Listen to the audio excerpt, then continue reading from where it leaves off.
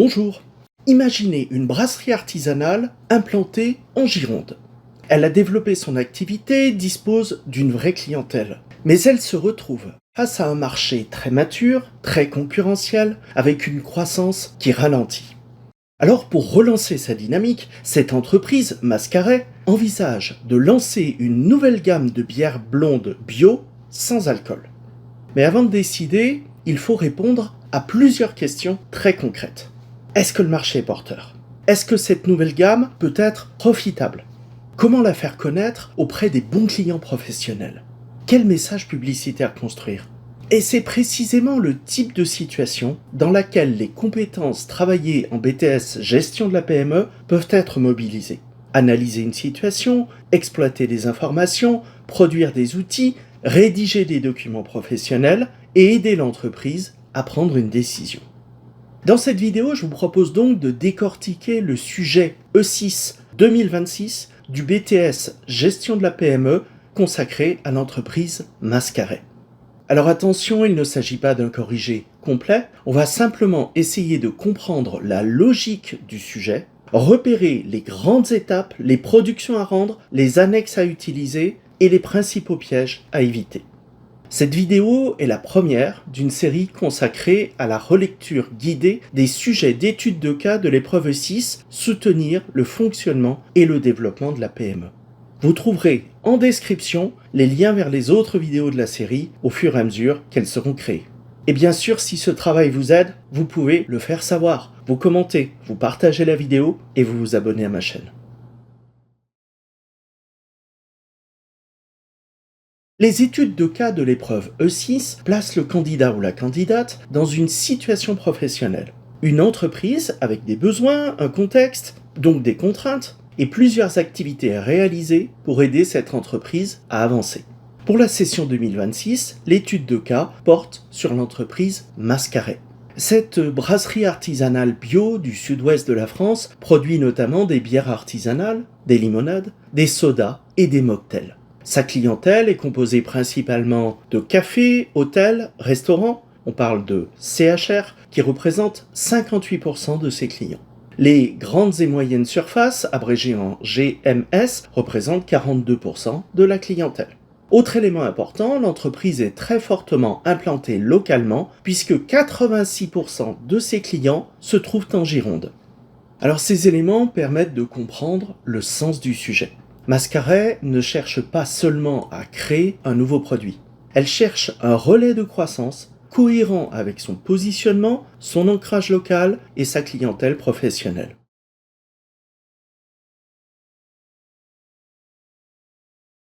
Alors sur cette base, le sujet suit une vraie logique de lancement et se déroule en 3 dossiers. D'abord, il faut vérifier si le marché des bières sans alcool est réellement porteur. Ensuite, il faut vérifier si cette nouvelle gamme peut être financièrement intéressante pour l'entreprise. Et puis enfin, si le lancement semble pertinent, il faut préparer une communication cohérente auprès de notre cible principale, les professionnels des cafés, hôtels, restaurants. La difficulté dans un sujet comme celui-ci, ce n'est pas seulement de savoir faire ces différentes choses. C'est aussi de les faire dans le temps imparti. L'épreuve est longue, elle dure 4h30, mais il faut éviter de se perdre dans les annexes, éviter de passer trop de temps sur une seule partie, et surtout garder en tête les productions attendues et la logique d'ensemble.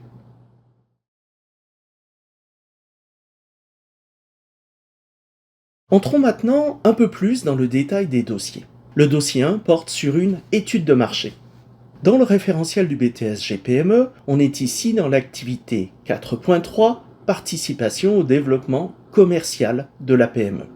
On mobilise plus précisément la veille commerciale, le suivi de l'évolution du marché et l'analyse des tendances. La question centrale est simple. Est-ce que Mascaret a intérêt à se lancer dans le marché des bières sans alcool? Pour répondre, le sujet fournit une annexe documentaire issue de la veille. Il faut l'exploiter, mais surtout ne pas la recopier. Vous devez sélectionner les informations utiles, les classer, les analyser, puis conclure en fonction du besoin de l'entreprise. Le plan attendu est assez logique. Une étude de marché s'articule autour de 3 grands axes. D'abord, il y a la demande. Profil des consommateurs, motivation, habitudes de consommation, données chiffrées sur l'évolution du marché. Ensuite, l'offre. Quels sont les acteurs présents, les produits proposés, les innovations, les conditionnements, les canaux de distribution, l'intensité de la concurrence. Bref, comment ce marché fonctionne et avec quels concurrents Mascaret devra composer. Enfin, il y a l'environnement. Ce sont les tendances sociétales, les contraintes économiques et les attentes autour du bio, du local et d'une consommation plus responsable. Alors attention aussi à la forme. On ne produit ni une simple liste d'informations, ni un simple courriel, mais un document professionnel structuré, plutôt de type note d'étude ou rapport court. On y retrouvera une introduction, des parties visibles avec des titres et une conclusion argumentée. Le piège principal serait donc de faire un simple résumé des annexes ou même une recopie. Non, ce qui est attendu, c'est une vraie mise en ordre de l'information dans un document clair, rédigé, structuré et utile pour décider. Ici, l'étude doit permettre de montrer que le marché des bières bio sans alcool semble effectivement porteur pour Mascaret. Alors on continue avec le dossier 2 qui porte sur la profitabilité de la nouvelle gamme. Cette fois, on mobilise surtout des compétences de gestion. On est au cœur de l'activité 4.5, participation à l'analyse de l'activité de la PME. Alors il s'agit notamment de calculer et d'analyser des coûts et des résultats, puis de mesurer l'impact d'une décision de gestion.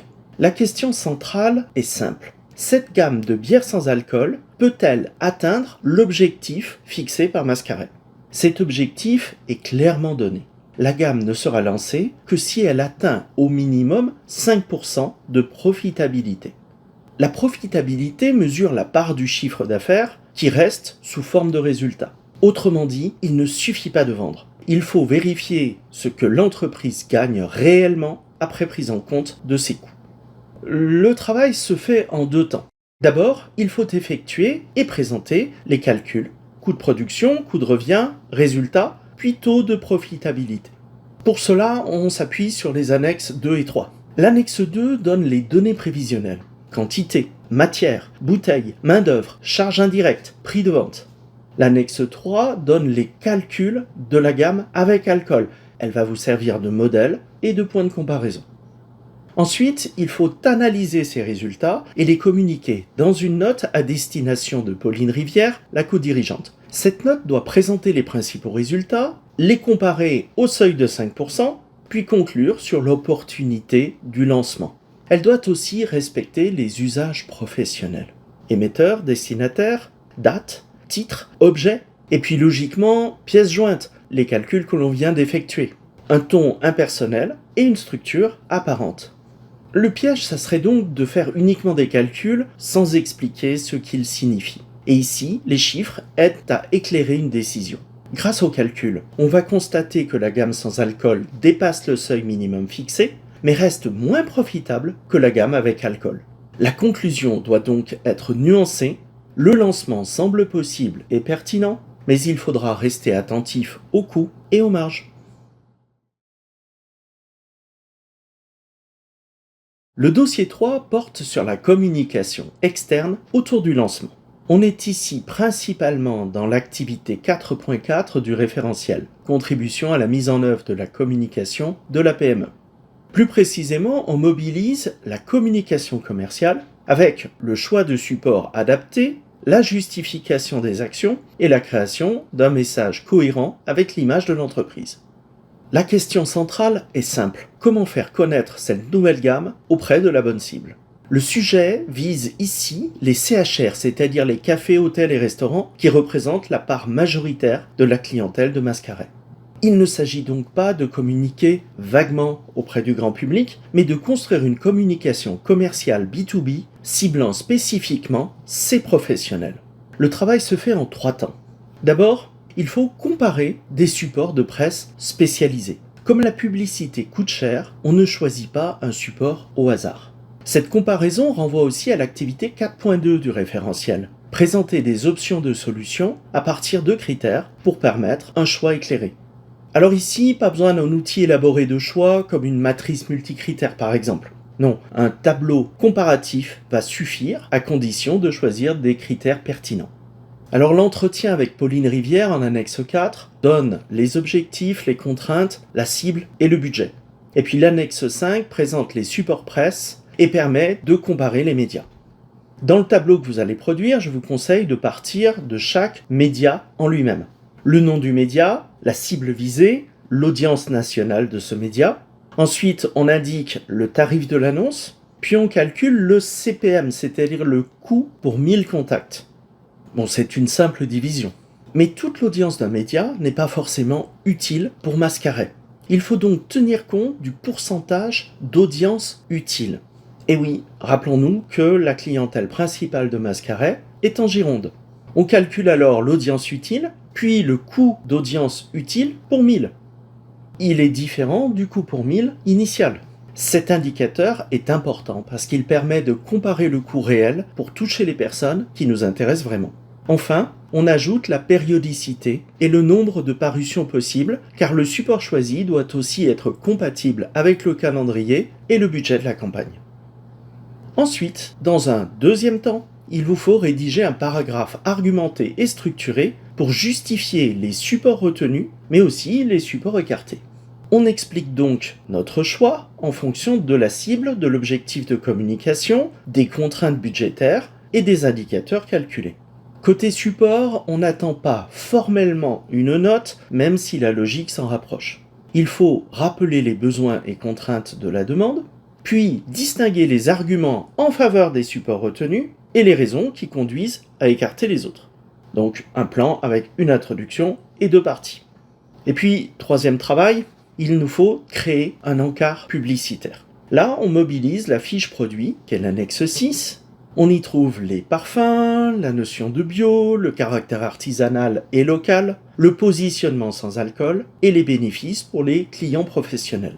Alors comme c'est d'usage dans une communication commerciale, l'encart doit comporter une accroche, des arguments, un visuel, l'identité graphique de l'entreprise et un appel à l'action. Le piège principal serait donc de faire une publicité trop vague ou trop grand public. Ici, notre message doit être professionnel, ciblé, commercialement utile et cohérent avec l'image de Mascaret.